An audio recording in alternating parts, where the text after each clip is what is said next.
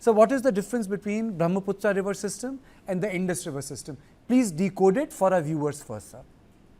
There's a lot of difference because the Brahmaputra, if you see, I mean, you already put the point actually in perspective. Let me put some figures to it. Brahmaputra catchment area is total 5,80,000 square kilometers. Out of that, 33% is in India. That's about 194 odd square kilometers, 1,94,000. And China has 2,93,000. Then Bhutan and Bangladesh, they have about 47,000. And as you rightly said, also the rainfall is 50 point, almost 500 mm. Less than that in Chinese region, whereas in Indian region, it's an average of about 3,500 millimeter. So what Mr. Biswa Sharma has said is correct. The entire discharge of Brahmaputra majorly is contributed by the Indian catchment part. And whereas in Indus system, even if it large part falls in China, it is snow fed, but probably China cannot do any such activity there for the very reason that it will affect Pakistan also, if that is the political rhetoric, if we take the face value. So it is true that Chinese catchment area, it contributes only about 30% to all the discharge. Having said that, now suppose even theoretically, if you assume that China wants to stop the flow, so we are not worried.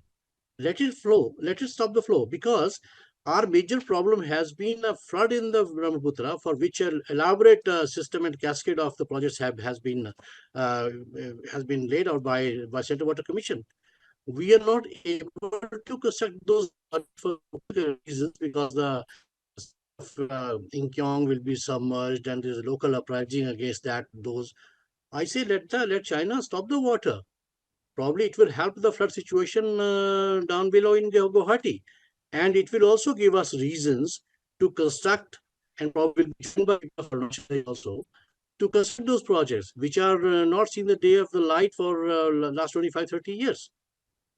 So, hello. Please go on. I think there's a bit of a band problem, sir. We'll try to Hello. fix the. Sir, we'll try to fix your band problem. Let me go across to Professor Swaran Singh. Sir, China has built big dams, tried to affect the river systems in Mekong and other big rivers, and blackmailed Southeast Asian countries, sir. My question to you is, what stops China from doing the same to India when it has done the same thing in Southeast Asia in multiple ways, sir?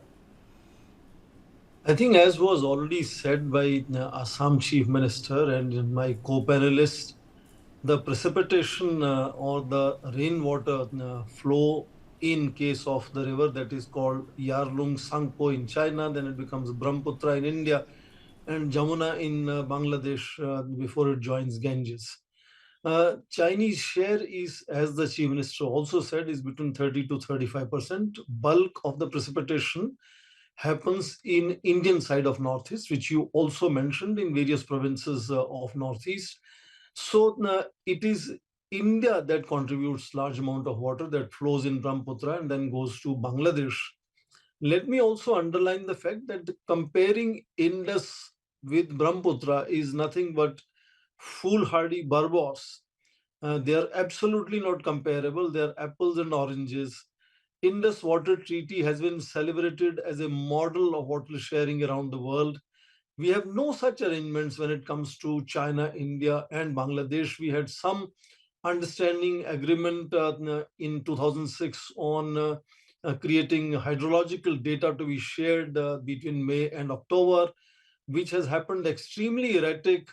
And then, of course, we had also set up expert level mechanism to have discussions, which has also become dysfunctional. So fundamentally, last time in December of last year, the special representatives, Ajit Doval from Indian side and Wang Yi from China, had discussed the water sharing issue, because at that time, in that month only, Chinese had approved construction of not just theirs, but world's largest hydropower project, very close to India's border on Yarlung Tsangpo, which becomes Brahmaputra as it enters India. So that, I think, is an issue between China and India.